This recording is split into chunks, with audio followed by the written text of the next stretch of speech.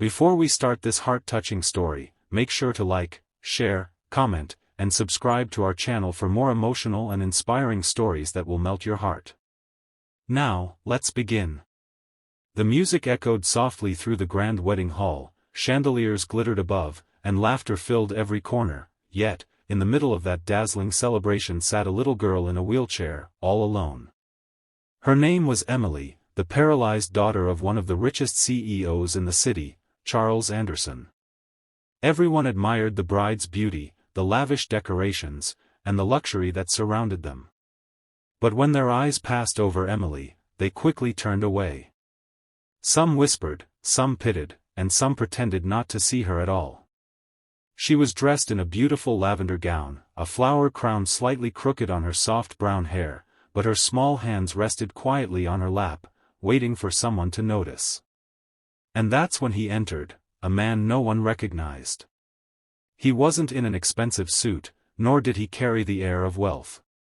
He was a single dad, holding his little son's hand, looking slightly out of place among the glitter and gold. His name was Liam Carter. As the music grew louder and the dance floor filled, Emily's eyes followed every pair of feet that moved to the rhythm, graceful, free, and happy. She wanted to join. She wanted to laugh like everyone else. But her wheelchair didn't move with the same rhythm, and her legs no longer remembered what dancing felt like.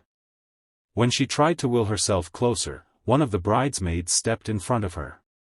"Oh sweetie," she said with a fake smile, "it's crowded. You'll get hurt. Just stay there, okay?" Emily's smile faded. Her father was too busy greeting investors and guests, her stepmother was busy posing for photos. And so, Emily sat quietly, forgotten in a world too busy celebrating itself. From across the room, Liam noticed her. His son Noah, about 8 years old, tugged on his sleeve. "Dad," he whispered, "why's that girl sitting alone?" Liam looked, and his heart tightened. He could see the sadness behind her brave smile, the way her small fingers fidgeted with the ribbon tied to her chair. "Because sometimes," he said softly, "people forget the ones who need love the most." Without hesitation, he took Noah's hand and walked across the room. The crowd parted slightly, confused, whispering, as Liam knelt in front of Emily. "Hey there," he said with a warm smile, "you look like you could use a dance partner." Emily blinked, unsure if she heard right. "But I can't dance," she said quietly. "Who said you need legs to dance?" he replied, his voice calm and kind. He gestured to his son. "This is Noah. We were just about to start our own little dance floor. You in?" For the first time that evening, Emily smiled, a real, glowing smile.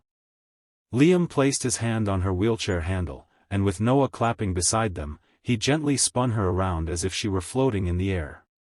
The music swelled, laughter echoed, and suddenly, people began to notice. The crowd that once ignored her turned to watch as Emily giggled, her laughter pure and contagious. By the end of the song, even the bride stopped to stare. When the music ended, everyone applauded. Emily's father, Charles, stood frozen. For years, he'd buried himself in work, providing every luxury for his daughter but never realizing how lonely she was. Tears welled up in his eyes as he approached. "Emily," he whispered, kneeling before her. "I'm so sorry." Emily looked at him, her little eyes filled with forgiveness. "Daddy, it's okay. I just wanted to dance." Liam smiled quietly and stepped back, but before he could leave, Charles stopped him. "Wait," the CEO said, his voice trembling. "You've done something I couldn't, you gave my daughter her smile back." Liam shook his head. "No sir, she already had it. People just needed to look." The next morning, photos and videos of Emily's dance had gone viral. "The CEO's paralyzed daughter dances again," headlines everywhere. But what touched people most wasn't the wealth or the wedding, it was that one stranger, a single dad, saw what everyone else ignored. Charles invited Liam and Noah to his office a week later. The atmosphere wasn't formal, it was filled with warmth. "I owe you more than thanks," Charles said. "You reminded me what truly matters." Liam smiled humbly. "You don't owe me anything, sir. Just make sure Emily never feels alone again." From that day forward, Emily and Noah became inseparable friends. They spent afternoons painting, playing games, and telling stories. For the first time in years, Emily's laughter filled her home again.